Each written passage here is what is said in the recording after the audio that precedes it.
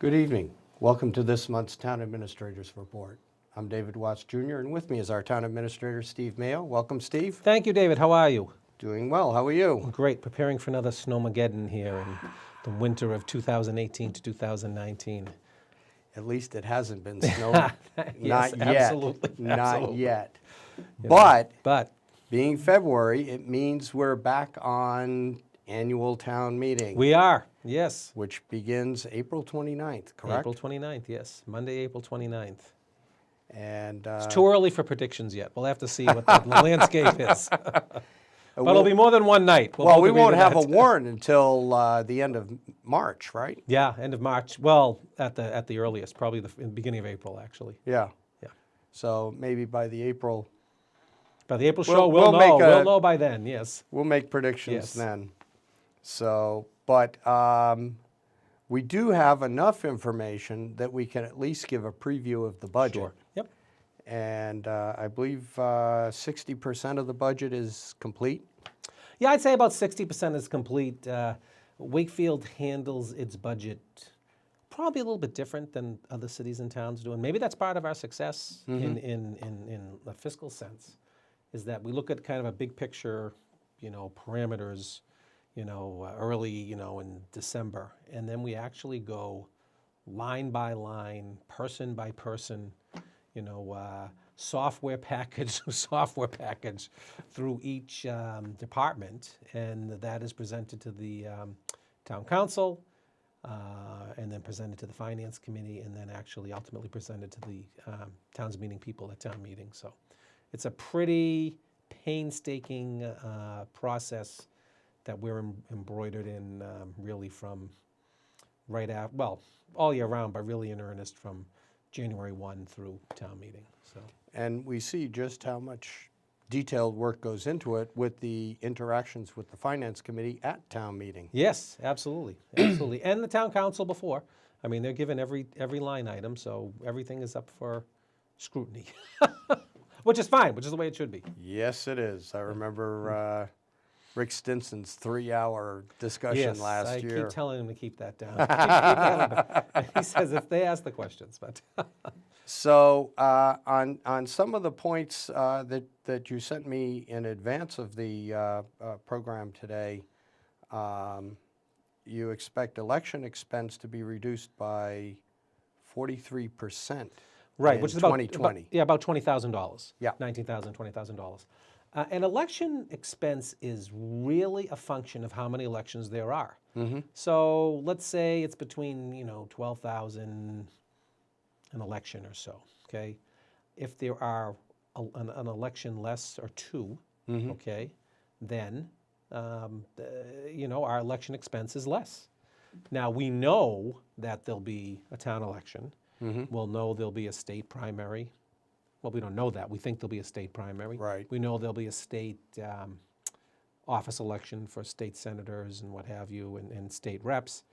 We know there'll be a presidential preference primary. We know there'll be a national election. So depending upon where they fall in each fiscal year, depends upon how many elections we're going to have.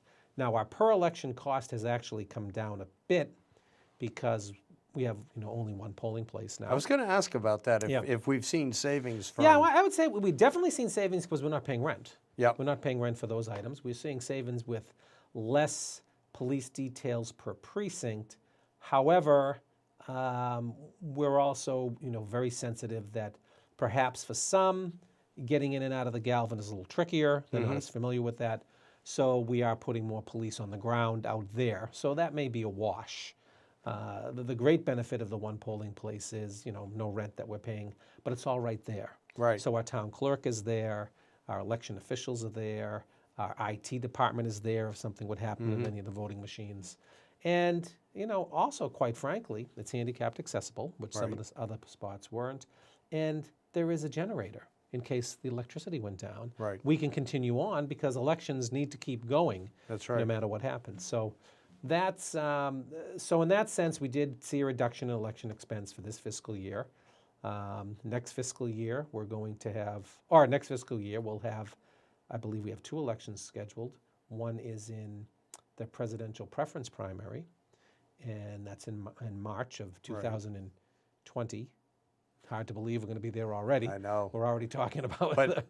But that's Yeah. one that will be done, and Yeah. that'll have early voting available. Yep. And then one will be the town election in 2020. So then we'll take it, we'll see what happens. Of course, anytime there could be a special. We don't plan for those or don't budget for them necessarily. Yep. You know, so. And another one is fire alarm is up almost 9%. Yeah, and that was mainly in fire alarm and traffic alarms. Yeah. That's one budget. That was mainly because with all of the traffic signals in Wakefield that we have, you know, if a traffic light goes down, let's say the light goes down at Main and Water or Main and Nahant, all of a sudden within, seems like 30 minutes, there's gridlock. So what we did do is we decided that we would have, and the cost of parts and the sophistication of these, you know, machines have actually gone up. So we decided we would have a little bit more of those items in stock, because hey, if they go down, we want to get them back up within a half an hour, not, you know, 6 hours while we've got to go out and get something. So, and there's a cost savings. We don't have to, if we just thought we did, bring in a police officer to just direct traffic. We certainly don't want to let the rest of the town down in patrols and what have you. So that was kind of a proactive measure to go forward in that regard. Another one is Board of Health is going up because Reading is pulled out of Yeah, the agreement. Reading actually pulled out. We had a great, I thought a great combination with Reading, Melrose, and Wakefield, where we shared a health agent, and then we had a regional health agent, then we had health, you know, professionals in each town, kind of shared the whole amount. Last year, Reading decided, for whatever reason, they did not like that arrangement. I always tease the Reading town administrator that, you know what, I think you didn't do it for monetary reason, because all of a sudden you had to do an override, so that's why. But what happened was, you know, now instead of splitting some costs 3 ways, you're splitting some costs 2 ways. Right. So there was a little bit of a phase-in of the cost there. Still less than if we each had our standalone health department. Right. And I think that what to me is much more important in that budget is some of the great programs that we're doing in conjunction with Melrose. And I think Reading, frankly, is not getting the benefit of that right now. But we're doing so much in regards to you know, drug prevention, parental notification. They do this process called in plain sight, where they do a mock-up of a teenager's bedroom, and all of the drugs and drugs paraphernalia and things that are in plain sight, that you as a parent can come in and actually go through the mocked bedroom. We do it at one of the schools. We do it at Town Hall in one of the conference rooms, and they do a great job. And you can see that, you know, things are pointed out to you that you might find in your own child's room. So it really is quite enlightening and quite something to look at. So, and the all the substance abuse programs that we're doing, a lot of it by grants, and now we're looking at recovery coaches. Whereas it isn't enough to just, you know, stop the addiction, or it's not enough to stop the overdose. Right. We have to really see what we can do what do we do next? Yeah. Now the patient goes to the hospital, but they don't have to do anything else. So we're saying maybe there is some sort of a social component recovery coach that can work with this individual and their family and trying to get them to move forward. So it's actually very exciting, and it's a great program. Sounds like a fantastic program. And that budget has been really pretty well maintained. So Yep. little bump this year there, more than we'd like, but that's going to smooth out. Also, the police are going to be up about $235,000 or 4%. Yeah. This is not about contracts. This is not about, well, a part of it is about just, you know, it's a big budget. A big part of that is, you know, as is our larger departments. I try to keep them all in the 3 to 4% range. Right. Preferably 3. But sometimes they go in that range right there, which is consistent with you know in our income stream. And in the case of the police, you had, you know, just regular contracts, steps and tracks and what have you, cost of living increases in there. And the town council decided at our last meeting to add, I think the total of that was $48,000, including supplies. parking attendants. You know, we've heard for years that parking is not enforced No, in our downtown, in our business districts. Right. And in some of the side streets when it pushes out from that.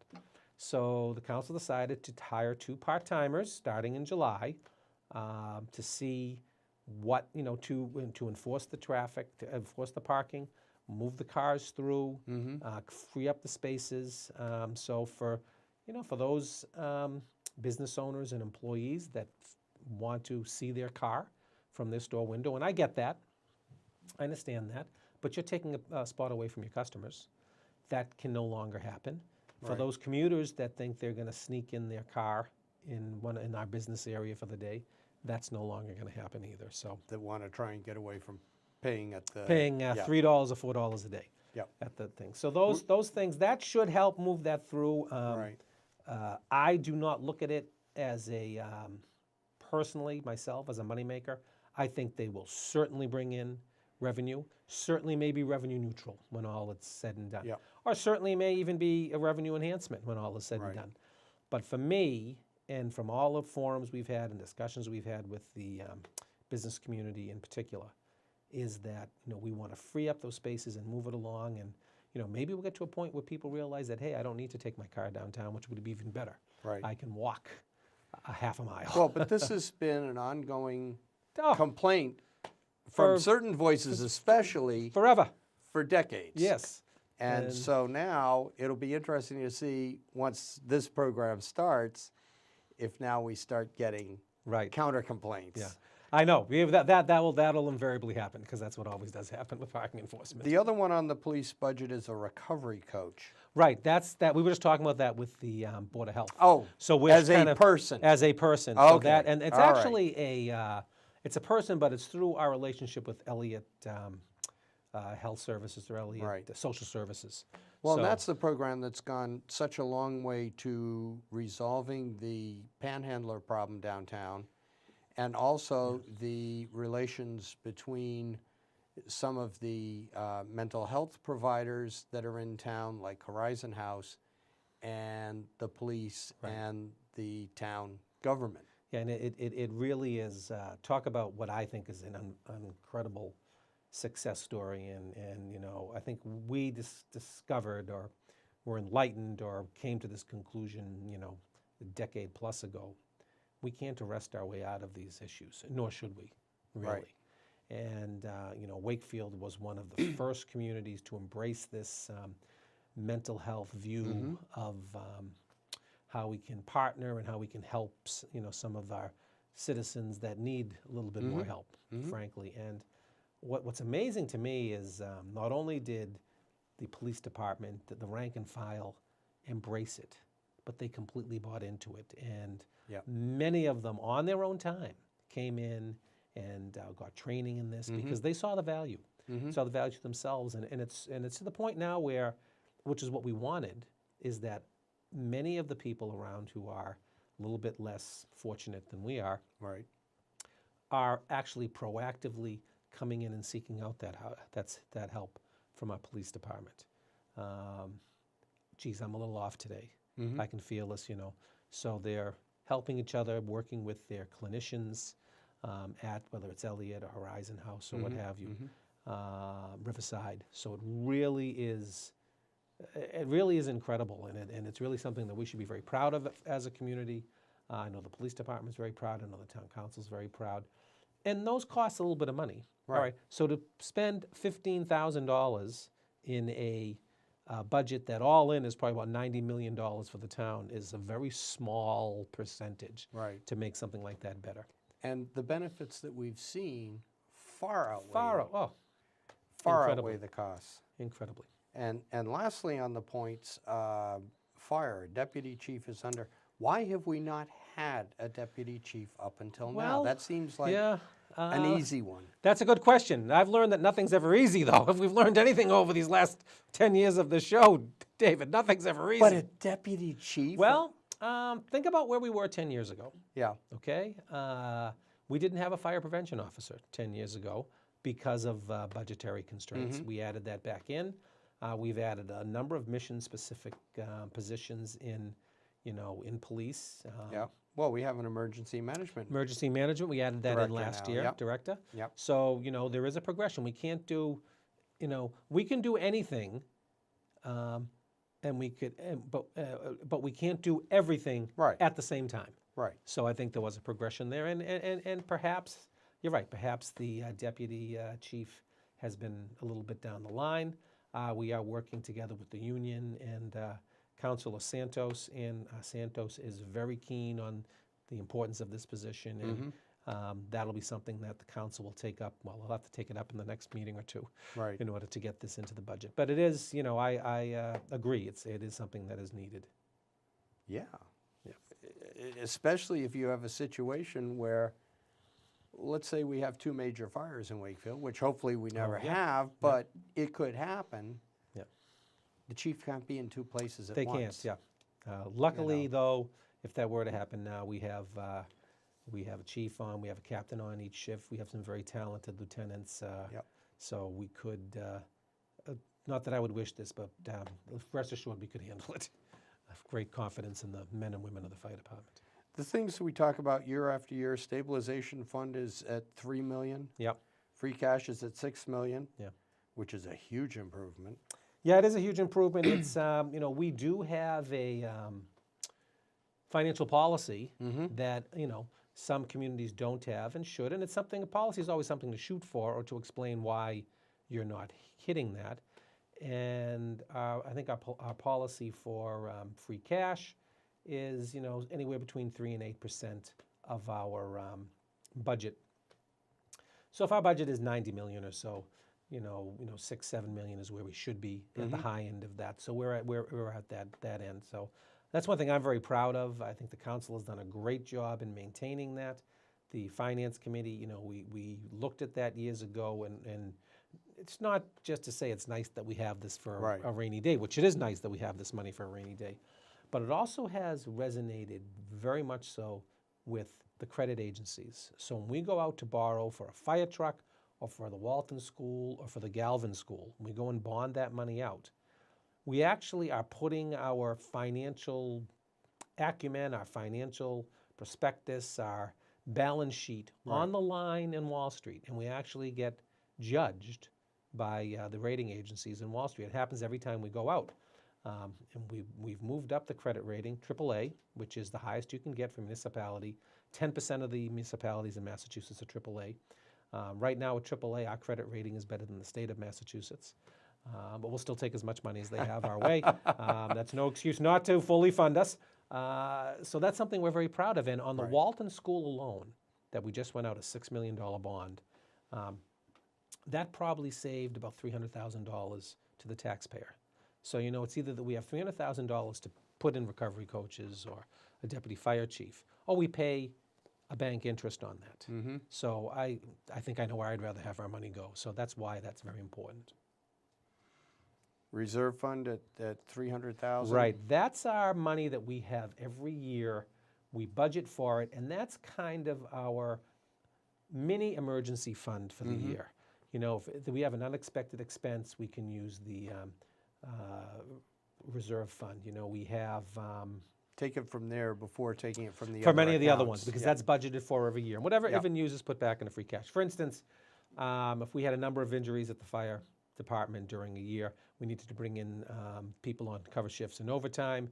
We may go for a special article at town meeting. We may look at the reserve fund. Right. A roof leaked at Civic Center a couple of years ago. We had to replace the electrical panel. We weren't expecting that. It's a $35,000 expense. That came from the reserve fund. So that's the kind of things that you would use out of that. Yeah. Other post-employment benefits at 14 million.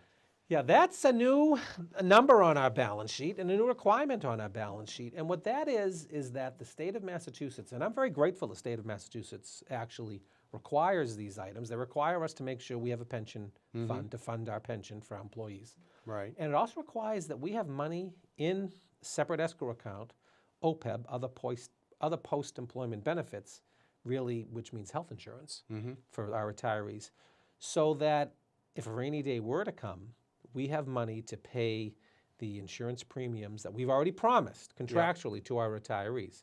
Now, the way that these pension funds and these OPEB funds work is that they say that if everyone retired at the same day and the town went out of business and locked its doors, that there was enough in those accounts to cover that nut forever.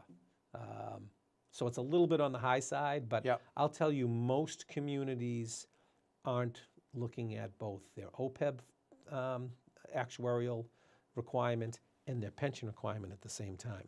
Some of them are saying, I'm going to finish up the pension, Right. and maybe that's 2030, 2032, 2033, and then I'll get to the OPEB. I think within the next decade or shorter, the state is going to say, listen, town of Massachusetts, you need to have a funding schedule for your OPEB. Right now, they've said we have to list that on our balance sheet as a debt, but they're going to come and say you have to have a schedule, and all of a sudden people are going to be looked at. Huge amounts they're going to have to put in. Right. We put in $1.8 million, $2 million a year to cover that account. So we've been doing this for the last 6 years. Right. So we're trying to get to that So point. once again, town of Wakefield is ahead of the curve. I would say so. Yeah. In fact, I had little buttons at one of the MMA conventions with the FinCom. Dan Sherman in particular loved it. It said, got OPEB on as I brought a bunch back. See, it's a finance committee joke. I know we're a very strange, wonky group that way. They are. Yeah. They are. But, all of that is also indicative of why Wakefield came through. And we talked about it a lot in the first couple of seasons of the series, why Wakefield came through the last recession as well as it did compared to some of our neighboring communities who are still struggling in some ways. Yeah, I mean, we're all struggling. I mean, I think I look at our neighbors who are, going to have to make some very tough choices, even in this next fiscal year, on what they're going to do. And we're making tough choices too, but I mean, our choices are not as draconian, I guess, as some of the others are. Yeah. And then the water sewer reserve is at 1.6 million. A little bit low, that one. I think we have to think about that one. And, part of the water and sewer reserve is interesting because we, as a community, as a country, as a state, are trying to use less water, okay? So the way you build up a reserve, believe it or not, is that more water is used, so then more water is billed for. Right. So it is quite a dichotomy there, everything from low flow toilets to everything else that people are using, rain barrels and things like that. I have a rain barrel at my house. Which the town was giving out last year Exactly. or selling. Exactly. Yeah. We got a grant and they were sold at a very minimal price for the taxpayer, or for the homeowner, I should say. Yeah. And so, all of those things that you're doing to reduce water, which is a precious commodity on Earth, don't help your water reserve as much. So that's kind of an interesting dichotomy to look at. Yeah, no, I'm sure that the Mass State Agency is not happy with the fact that I know. money's going down. Yet they're telling you to keep your flow of water as a community down too. So it's an interesting juggling act. Budget priorities for this year, for the upcoming fiscal year. And we are talking about fiscal year 2020, which starts on July 1st. Right. Public safety, Always. downtown project. Downtown project. In fact, we had a great meeting last night. WCAT was kind enough to televise it. That'll be on WCAT, and I'm sure And pushed on the out YouTube on the set- YouTube yep. station. But so that is something we are looking at. We are actually, the downtown project you can look at two ways. The downtown really hasn't been revitalized from an infrastructure standpoint since probably 1980. So there is a life of utility. There's a life of sidewalks. There's a life of the roadway. And so if we were just to go in and pave, because we would have to pave downtown, we'd have to redo all the handicapped, and all the handicapped ramps and what have you. So this is the time. We're at the end of a useful life anyway, or near the end. Sure. Let's plan for this, and let's parlay what we spend, and even if we spent up to $1 million in this community on the planning and getting construction-ready documents there, we're going to get $10 million from the TIP, the state program. Okay, so we're going to parlay $1 million into $11 million. Sure. Okay, I'll take those odds every day. Of course, you know, every year is roads, sidewalks, streetscapes. Yep. In fact, I noticed there's a sign up in the Five Corners in Greenwood that Pittman Ave and Madison are about to be worked on starting good. March 4th. Good. Drainage, which is, Yep. we've talked about a lot in, Yeah. in town meeting. Capital improvements, the public safety building is still up there. The DPW garage, which is the same building for what, 50 years? For or a long more. time, yeah, and the DPW garage is now, has been getting into a point where there are a lot of environmental and safety issues there. Yeah. We're gonna have to look at that. Some of the athletic fields. Yep, particularly Blattsfield. I Yeah. think there certainly is an equity there. For that- people who are new to Wakefield, Blattsfield is. Blattsfield is the, call it the junior varsity softball field for now, for lack of a better term. It is behind the Woodville School, kind of backs up to the complex Yep. at where the Wakefield, where the track is, the Beasley Oval is behind the high school. That field can be shifted a little bit and made into a MIAA tournament eligible softball, young ladies softball field. So that is something that we're looking at very carefully. I Right. think there will be a separate article at town meeting. I know that the town council is very interested, the school committee is very interested in it. And that is, from my point of view, part of that complex, that campus complex at the high school. Now where you can Sure. have track, you have football, you have soccer, you have field hockey, you have tennis, you have baseball, all on campus, and now softball too, which is wonderful. Yep. And this is great, you know, but unfortunately, we're starting to run out of Yeah. time, so we'll pick this up. We'll have more details We will have more in the details, next yeah. show. A couple of the big budgets that are left to come in is the DPW budget is always a big budget to look at. Yep. It's a part of major what we do. I think Schools. healthcare, schools Yep. are coming in. Healthcare has been a runaway budget over the last, But healthcare has been difficult across the board. across the board. Companies across- are having problems, you know, municipalities are having problems, right. the state is having Yeah, problems. we got into the state program a few years ago, and that made all the difference in the world. That took a lot of work with the town council and with the unions. Yep. And the unions did ultimately agree, and I think they're probably happy they agreed now. That's probably going to come in, level funded to 2% or so, which is a huge difference. It's a $12 million budget, and if that went up 10%, that's $1.2 million, and a lot of these other things we can't do. if And that we happens. used to see that happen. We saw that, and a last minute fax, wouldn't even be Sure. an email or call, it'd be a fax, Sure.